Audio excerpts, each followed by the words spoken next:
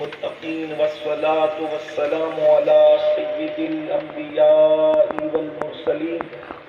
وعلى آله وأصحابه الطيبين الطاهرين أما بعد فأعوذ بالله من الشيطان الرجيم بسم الله الرحمن الرحيم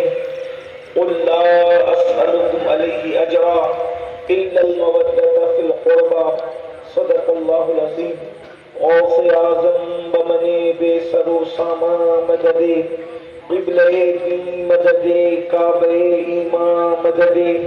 انتظار کرم تست من عینی را اے خدا جو خدا بینو خدا دا مددے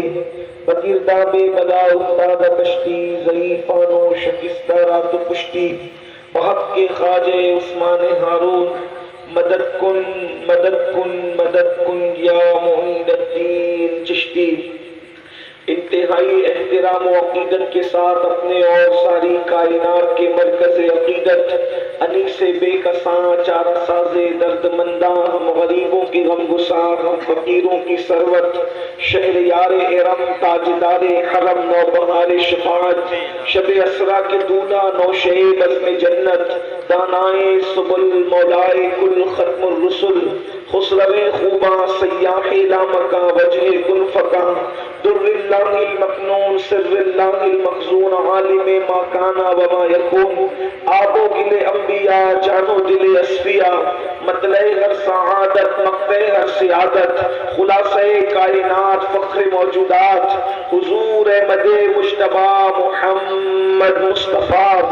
ارواحنا فدا صلی اللہ تعالی علیہ وآلہ وصحبہ وبارک وسلم کی بارگاہ بے کس پناہ میں جس طریقے سے پڑھاؤں بلند آواز سے میرے ساتھ مل کر پڑھیں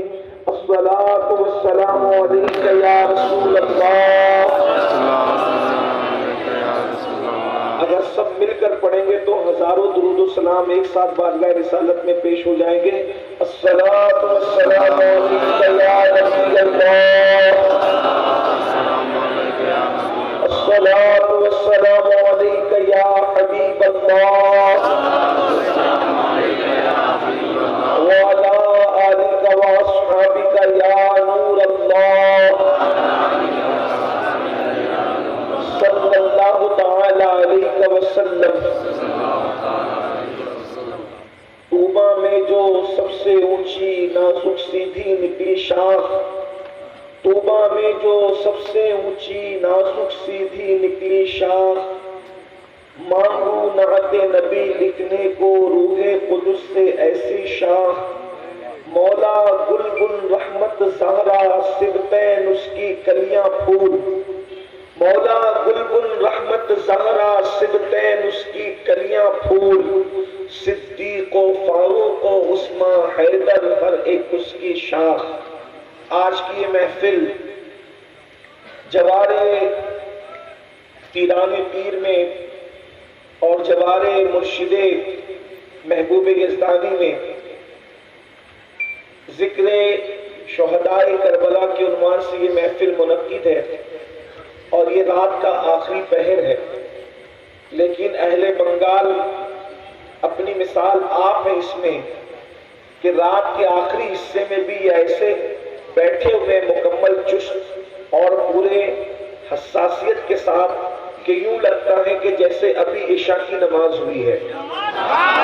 یقیناً یہ آپ لوگوں کی محبتوں کو یاد رکھا جائے گا، اور چونکہ فجر کا وقت قریب ہے اس لیے میں اپنی گفتگو کو ہمارے بہترین نقیب محفل نے اعلان کیا کہ 1 گھنٹے کا وقت ہے، لیکن میں 1 گھنٹہ بھی نہیں، اس سے کم میں بات سمیٹوں گا تاکہ آپ اپنے گھر پہنچ کر نماز کی تیاری کر سکیں۔ اور وقت کو خیال رکھتے ہوئے ہمارے مخدوم گرامی شہزادہ حضور غوث العالم حضرت پیر طریقت سید شاہ فیضان اشرف صاحب قبلہ مقدس اللہ العالی نے بہت کم وقت لیا، اسی طرح ہمارے بھائی قاری حافظ و قاری حضرت مولانا محمد علی فیضی صاحب نے بھی بہت چند اشعار پڑھے، یعنی سب نے ٹائم کم لیا،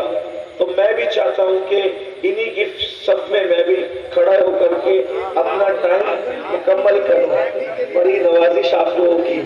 میاں صاحب نے ٹائم کی قلت کو دیکھتے ہوئے مودت کو بہت مختصر میں بیان کیا. اگر ٹائم رہتا تو میاں صاحب مودت کو بہت خوبصورت لب و لہجے میں بیان کرتے. ویسے مخدوم صاحب کے گھر کا بچہ خطیب ہے، اور میں تو یہ کہتا ہوں خطابت پر پوری دنیا غرور کر سکتی ہے، گھمنڈ کر سکتی ہے، فخر کر سکتی ہے، سید نہیں کر سکتا.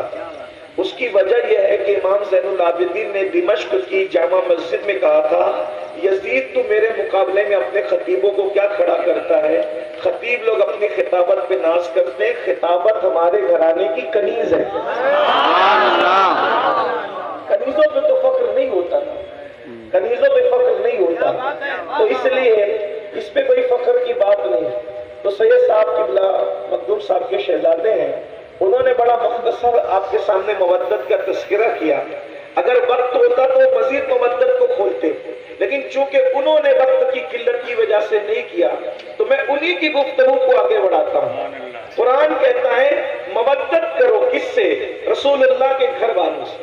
اور ایک خاص بات یہ ہے، یہ مودت کے الفاظ اس شان کے ساتھ کہیں اور آپ کو نظر نہیں آئیں گے. مودت کسے کہتے ہیں؟ آسان زبان میں مودت، اللہ اکبر، جہاں محبت ہو وہاں مودت بھی ہو، ضروری نہیں ہے،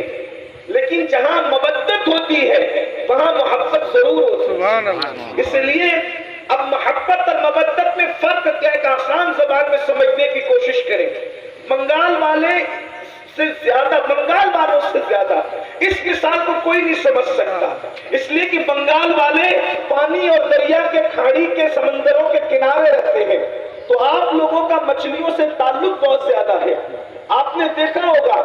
کہ مچھلی کے کئی دریا کے کئی جانور ہیں، پانی کے کئی جانور ہیں، اس میں سے ایک مینڈک بھی ہے، کیکڑا بھی ہے، مچھلی بھی ہے، لیکن اپنے